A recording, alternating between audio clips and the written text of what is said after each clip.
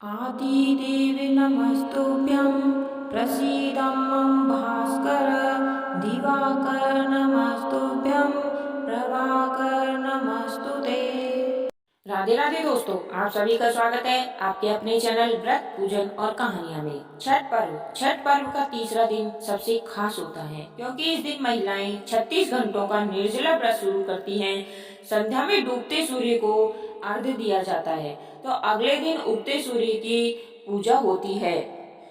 इस त्योहार में मुख्य रूप से भगवान सूर्य और छठी माता की पूजा होती है।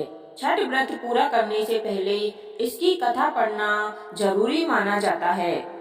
तो आइए सुनते हैं छठ माता की व्रत कथा। पौराणिक मान्यता के अनुसार राजा प्रियव्रत और उनकी पत्नी मालिनी संतान सुख से वंचित थी। इस बात से राजा रानी काफी दुखी रहते थे। एक दिन उन्होंने संतान प्राप्ति के लिए महर्षि कश्यप से पुत्रेष्टि यज्ञ करवाया। महर्षि ने यज्ञ संपन्न करने के बाद मालिनी को खीर दी। खीर का सेवन करने के बाद मालिनी गर्भवती हो गई और 9 महीने बाद उसे एक पुत्र की प्राप्ति हुई, लेकिन दुर्भाग्य से उसका पुत्र मृत पैदा हुआ।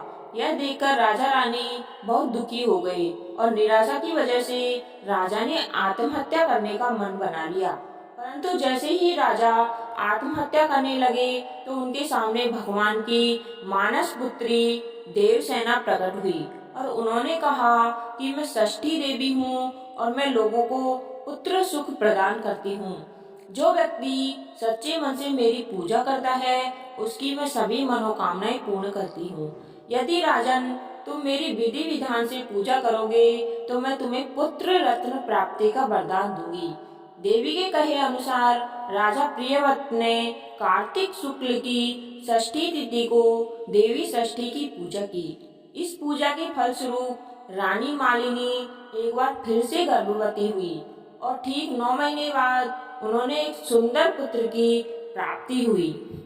कहते हैं तभी से छठ पर्व मनाया जाने की परंपरा शुरू हुई। इस पर्व से जुड़ी एक और कथा है जिसके अनुसार महाभारत काल में जब जुए में पांडव अपना सारा राजपाट हार गए थे तब द्रौपदी ने छठ व्रत रखा था। द्रौपदी के व्रत से प्रसन्न होकर षष्ठी देवी ने पांडवों को उनका राजपाट वापस दिला दिया।